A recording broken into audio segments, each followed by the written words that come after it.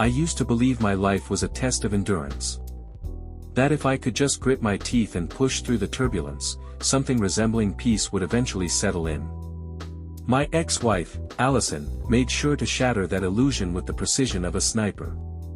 She loved chaos the way a pyromaniac loves a matchbox, addicted, careless, and utterly unapologetic. Allison was the type who'd scream her lungs out over the wrong salad dressing and then switch to laughing like we were in the middle of a comedy show. I used to think it was passion. Turns out, it was just narcissism wrapped in a pretty smile. After our divorce, I swore off relationships altogether. Swore I'd never let anyone get that close again. Who needs the roller coaster when you can just walk, right? It took me years to find a semblance of balance, the kind you can only get from building walls high enough to keep everything out. I dedicated myself to work, hobbies, anything that kept me too busy to notice the silence. My friends joked that I'd turned into a hermit, but I didn't care. Better lonely than bleeding. Then I met Charlotte. She appeared in my life like an unexpected sunrise, gradual but impossible to ignore. We kept bumping into each other at the local coffee shop, her with her novel and that shy smile, me with my headphones and laptop, pretending the world didn't exist. I don't remember what we first talked about, something trivial, probably, but I remember how her laugh sounded. Bright, genuine, nothing like Allison's high-pitched cackle that echoed cruelty more often than joy. I told myself it was nothing, just friendly banter between two strangers who happened to frequent the same spot. But when she started joining me at my table, bringing me little pieces of her world, a quote she liked, a new song I should check out, I couldn't help but let her in. She wasn't trying to fix me or pry open my scars. Charlotte was just Charlotte. Gentle, curious, and so wonderfully unburdened by whatever darkness I was dragging around like a stubborn shadow. The first time I asked her to dinner, I half expected her to say no. Rejection would have been easier. Instead, she smiled that disarming smile of hers and said, "I thought you'd never ask." Just like that. No hesitation, no games. We went to a little Italian place where the waiters wore bow ties and the wine glasses were so delicate I was afraid I'd break one just by breathing near it. But the food was good, and the conversation was even better. I found myself telling her things I hadn't shared with anyone in years. How Allison's unpredictability had left me feeling like I was always waiting for the next explosion. How every relationship since felt like a trap, a test I was bound to fail. Charlotte listened without judgment, her eyes steady and warm. When I finished, she took a sip of her wine and said, "I can't pretend to understand what that was like. But it sounds like you were trying to build a home on a battlefield." I laughed, a real laugh, something I hadn't done in too long. She had a way of putting things into perspective, breaking down my tangled thoughts until they seemed almost manageable. It scared me, how easily she slipped past my defenses. But it thrilled me, too. The problem was, once you start letting someone in, you can't control how much of you they'll see. And I wasn't sure I was ready for her to see everything. Maybe that's why I kept her at arm's length for so long. Keeping things casual, never letting her get too close. But Charlotte had this quiet persistence about her, like water wearing down stone.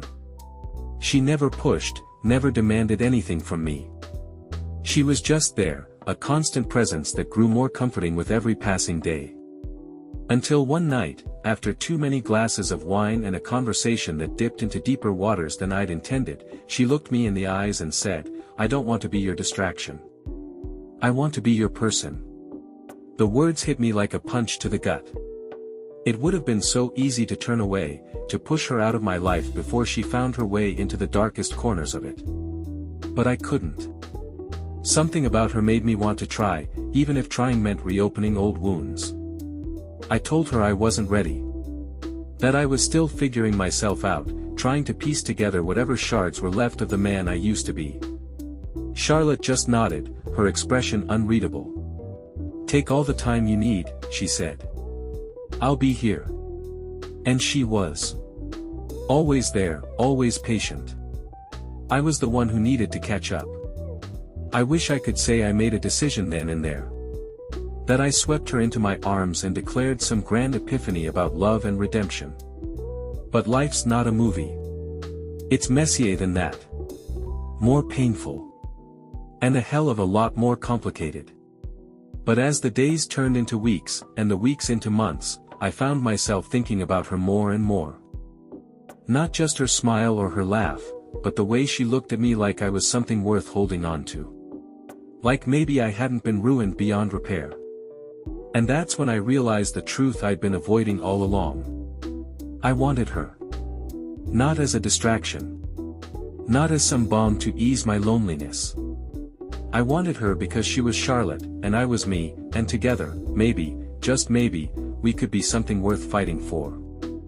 I met David at our usual spot, a dimly lit bar tucked away from the city's endless noise. We'd been meeting there for years, a ritual of sorts, born from the days when life felt simpler and our conversations revolved around sports, bad movies, and the merits of a good steak. But as time went on, our discussions shifted, growing heavier with each passing year. I'd asked him to meet me there tonight because I needed to talk. Really talk. He walked in wearing his usual worn-out jacket, a grin already forming as he spotted me at the back booth. I could tell he'd had a rough day from the way he carried himself, shoulders slumped just a fraction more than usual. But David was the type who wore his troubles like an old shirt, comfortable and worn, something you barely noticed anymore.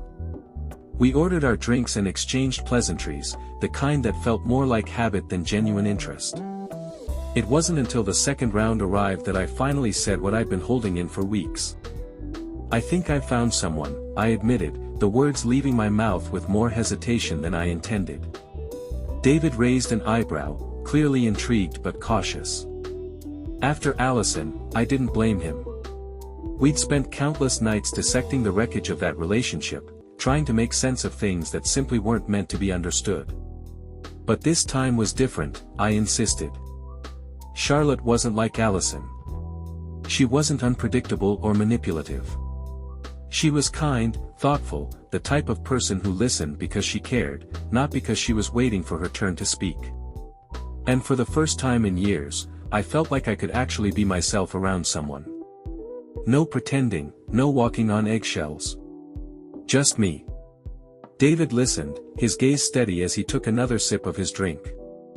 That sounds good, Chris, really good. But his voice carried that tone of caution, the one that always made me brace for bad news. I've been where you are, he continued, eyes drifting to some unseen point in the distance. You think you found someone different, someone better. But people are unpredictable. Even the good ones. He hesitated, like he was weighing whether to say more. Look, man, I haven't told you everything about what happened with Sandra. I knew David had gone through a nasty divorce the previous year. What I hadn't known was just how much of a toll it had taken on him. It wasn't just about losing the house or splitting up possessions. It was about betrayal. The kind that leaves you questioning everything you thought you knew. Sandra was cheating on me for months before I even suspected anything, he admitted, his voice tight with barely restrained bitterness. And the worst part? She'd been planning for the divorce long before I ever found out. Setting things up to make sure she came out of it with everything. I tried to find the right words, but all I could manage was a quiet apology. David shook his head. It's not about pity, Chris. It's about learning from it. I didn't protect myself. I trusted her blindly, assumed we'd always be on the same team. But when people want out, they don't always do it cleanly. Sometimes they'll tear you apart just to make sure they get the better deal. I told him that Charlotte wasn't like that. That she wasn't the type to play games or keep secrets. And maybe I believed it. Maybe I wanted to believe it. But David's words gnawed at me, burrowing into my thoughts like tiny splinters. I'm not saying Charlotte's like Sandra, he clarified. But you have to be smart about these things. No one gets married thinking it's going to end. But it happens. And when it does, it's like a bomb going off. You have to think about how to protect yourself before that happens. I frowned, not wanting to entertain the possibility. But David was relentless, his voice turning pragmatic, almost clinical. Get a prenuptial agreement if things get serious. Keep your finances separate until you're sure. And for the love of everything, don't share passwords or merge accounts until you know for a fact that she's as trustworthy as you think she is. I knew he was speaking from a place of pain, that his advice was born from wounds that hadn't fully healed. But there was logic in his words, a practical wisdom I couldn't deny. Charlotte and I weren't even officially a couple yet, but the idea of protecting myself already felt like a betrayal. Like preparing for a disaster while trying to build something good. David must have noticed the conflict on my face because he leaned forward, his expression softening. Chris, I'm not saying you can't trust her. Just don't be naive. People change. Circumstances change.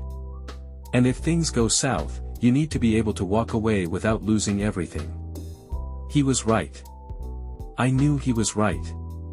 But admitting that felt like acknowledging some fatal flaw in my optimism. Still, his words lingered long after we left the bar. On the drive home, I replayed our conversation, each warning echoing louder than the last. Charlotte wasn't Sandra. But David Sandra had once been someone he trusted, someone he loved. And if he could be blindsided, what made me think I was immune to the same fate? By the time I pulled into my driveway, my head was throbbing with doubt. I told myself it was nothing, just paranoia brought on by too much caution from a friend still nursing old wounds. But as I lay awake that night, staring at the ceiling, I couldn't help but wonder if David had given me a glimpse into a future I hadn't dared to consider. And no matter how hard I tried to push the thought away, it clung to me like smoke. David's words settled in my mind like seeds, sprouting vines of caution that tangled with my better judgment. I couldn't shake the feeling that he was right, that the smart thing to do was protect myself before taking the plunge. It wasn't a lack of trust in Charlotte, but rather a respect for reality. People change. Circumstances shift. And I'd already lived through the kind of betrayal that leaves scars so deep you can feel them even on the good days. I spent the next few weeks researching trusts, meeting with financial advisors, and poring over documents until my eyes blurred with legal jargon. It was a sobering experience, setting up a trust at the bank that would hold everything of real value, my savings, my investments, my home. It felt clinical, impersonal, like drawing up plans for a fortress rather than building something beautiful. But I did it. I named my mother and sister as trustees, giving them full access to manage the assets if anything ever went wrong. They were the only people I trusted completely, the only ones who had seen me at my worst and still stood by my side.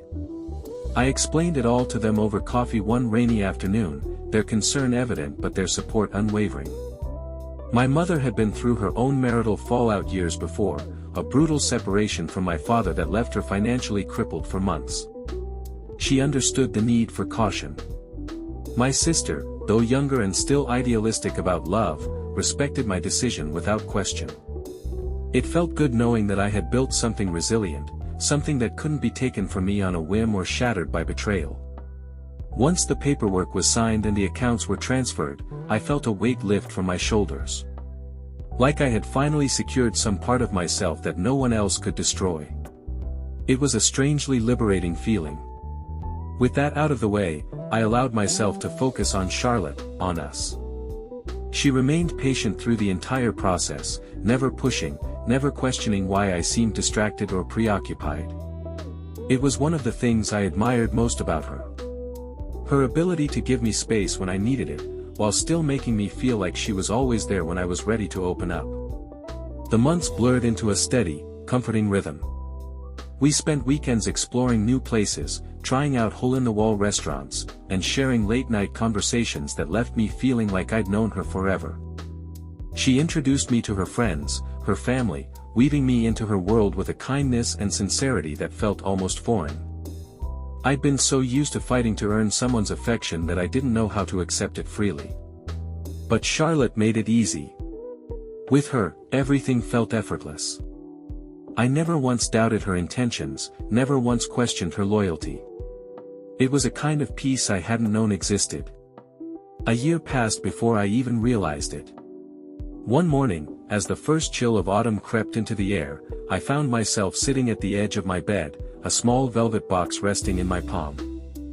I'd bought the ring weeks ago, unable to resist the pull of commitment any longer. I wanted her in my life. Permanently. No more second-guessing, no more wondering if I was ready. I was. And I needed her to know. That evening, I took her to the park where we'd first met, where our casual conversations over coffee had turned into something far deeper. The air was crisp, leaves crunching beneath our feet as we walked along the winding path. I don't remember half of what I said. My voice trembled, my hands shook, but Charlotte's expression never wavered. When I finally opened the box, her eyes filled with tears, the good kind, the kind that meant everything I'd hoped for. "Yes," she whispered, her voice cracking with emotion. "Yes, of course." Relief washed over me, pure and undiluted. I had done it. Taken the leap despite the fear, the doubts, the scars left behind by Allison's cruelty. I'd taken David's advice and fortified my life, made sure I wouldn't be left with nothing if things went wrong. But I also allowed myself to believe that maybe this time, things would go right. Maybe this time, I'd found the person worth risking everything for. Charlotte hugged me with such intensity that it felt like she was trying to meld our lives together in that single moment. And I wanted that. More than anything. The past could stay where it belonged, buried and distant. I was ready to start over. And this time, I wasn't looking back. Life with Charlotte felt like a dream I never wanted to wake up from. After the proposal, everything seemed to fall into place with a kind of ease that made me feel invincible.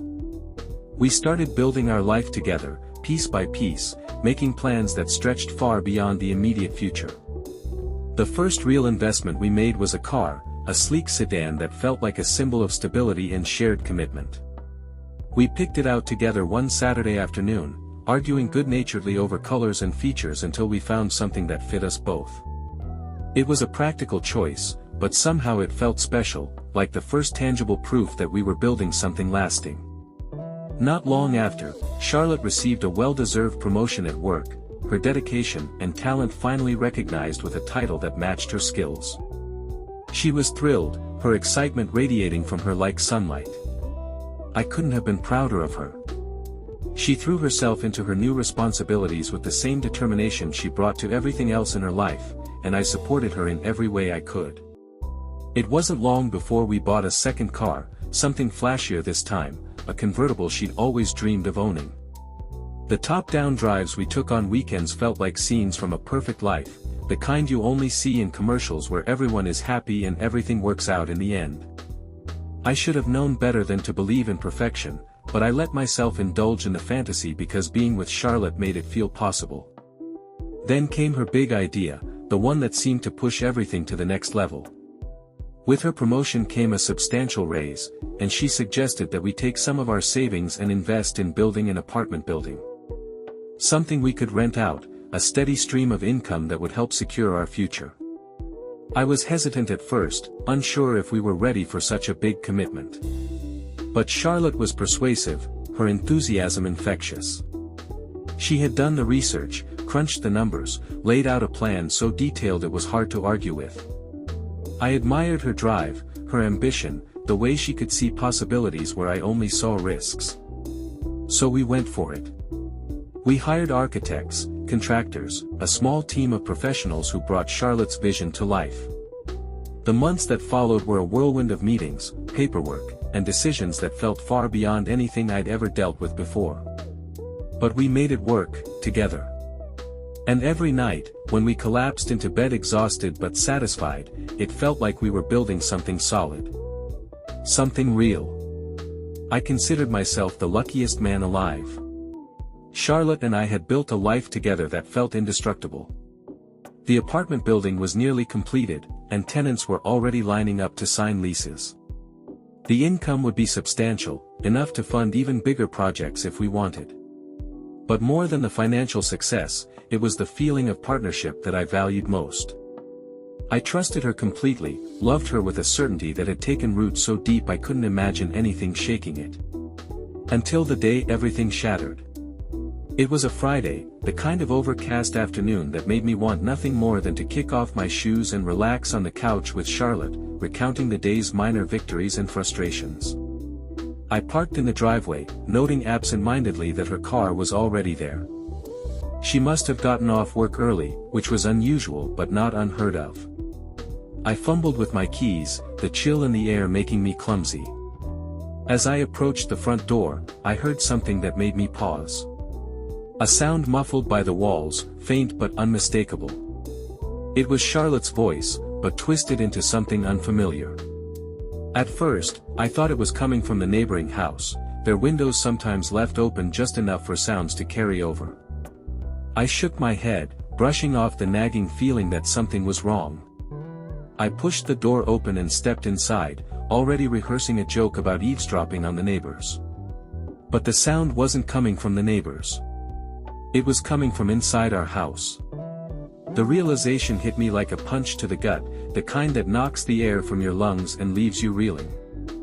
I forced myself to move forward, my footsteps heavy as if weighed down by something more than just dread. I walked down the hallway, each step echoing louder than the last. And then I saw them. Charlotte and a man I didn't recognize, tangled together on the couch in the hallway. They didn't even notice me at first, too wrapped up in their own betrayal to realize I was standing there, watching my world fall apart. When Charlotte's eyes finally met mine, her expression shifted from pleasure to horror in an instant. She scrambled to untangle herself, stammering words that sounded like excuses or apologies, but I couldn't process any of it. Everything felt distant and surreal, like I was watching a terrible scene from someone else's life.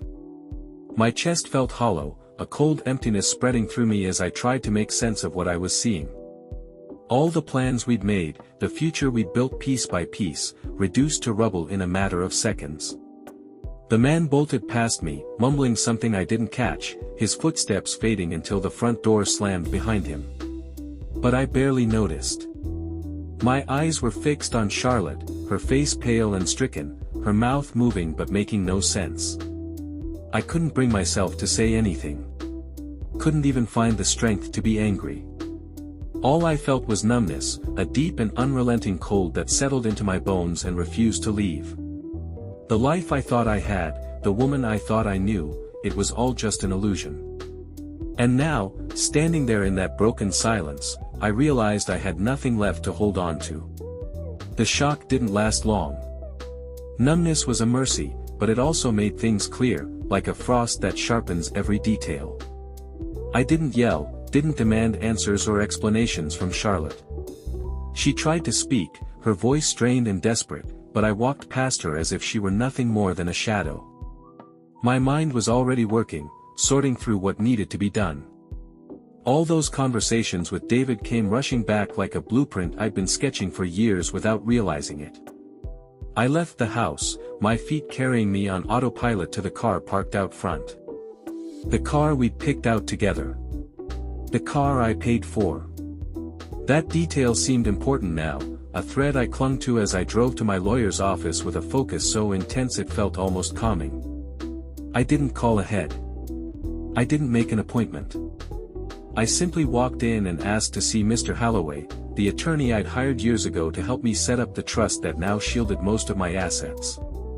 He was in the middle of a meeting, but the receptionist must have seen something in my face because she ushered me into his office without hesitation. Holloway was a tall man with a perpetually stern expression, the kind of person who seemed to thrive on conflict as if it were his natural element. He took one look at me and waved me into a chair. I didn't waste time.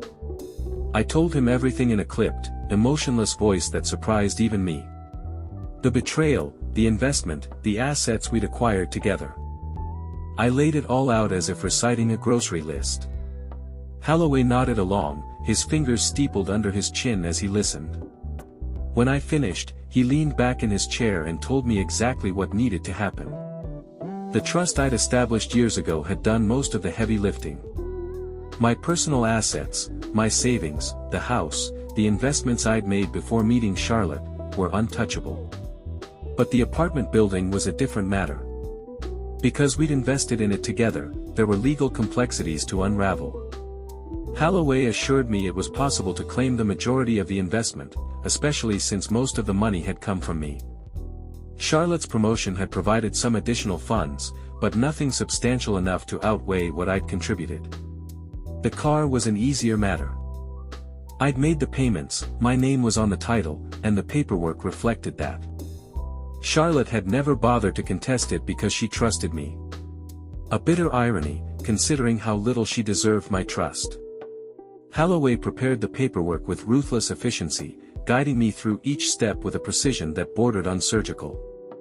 It was the kind of professionalism I'd admired when I first hired him and appreciated even more now. The legal battle that followed was merciless, but brief. Charlotte fought at first, her own lawyer firing back with accusations of emotional neglect and claims that our investment had been a shared dream. But dreams don't hold up well under scrutiny, and the facts were on my side. Holloway dismantled their arguments with the ease of a man who'd done this 1,000 times before. In the end, I emerged with the car, the majority of the money tied up in the apartment building, and a firm legal distance between my assets and whatever Charlotte thought she was entitled to. It was a victory, but not one that brought me any joy. Just relief. The kind of relief that comes from closing a wound before it has the chance to fester. Once the legal matters were settled, I turned my attention to something less practical but just as necessary. Justice. Or maybe it was revenge. The line between the two had blurred beyond recognition. I drafted an email to Charlotte's supervisor, detailing her betrayal and the impact it had on our business partnership. I attached copies of documents that proved her dishonesty, not just to me but to her own employers. Her promotion had been built on a foundation of trust and integrity, two things she'd thrown away the moment she decided to betray me. I clicked send and waited. The response was swift and uncompromising. Charlotte was fired within a week, her position terminated for breach of company policy and conduct unbecoming of a senior employee. It wasn't difficult to imagine the humiliation she must have felt, the cold realization that her actions had consequences beyond whatever fleeting thrill she chased. I didn't reach out to her. Didn't answer her calls or acknowledge the messages she left on my phone, each one more frantic than the last. Apologies, explanations, pleas for forgiveness that all sounded hollow and insincere. I deleted them without hesitation, erasing her voice from my life as thoroughly as I'd erased her from my future. The apartment building continued its construction, now fully under my control. The investments I'd made flourished, untouched by the disaster Charlotte had tried to inflict upon me. And the trust remained intact, a fortress she could never breach. It should have felt like a triumph. In some ways, it did. But there was an emptiness that victory couldn't fill, a bitterness that lingered like smoke from a fire long extinguished. I had won. But it felt like I'd only managed to salvage pieces of something that was already broken. And yet, as the days turned into weeks and the weeks into months, I began to find a strange kind of peace. I'd taken the steps to protect myself, and I'd done so without compromising my own principles. I hadn't lashed out in anger or allowed grief to drive me to ruin. I'd acted with purpose, with clarity. And as the memory of Charlotte's betrayal faded into the background of my life, I realized something important. I was free. Truly free. And for the first time in what felt like forever, I could breathe.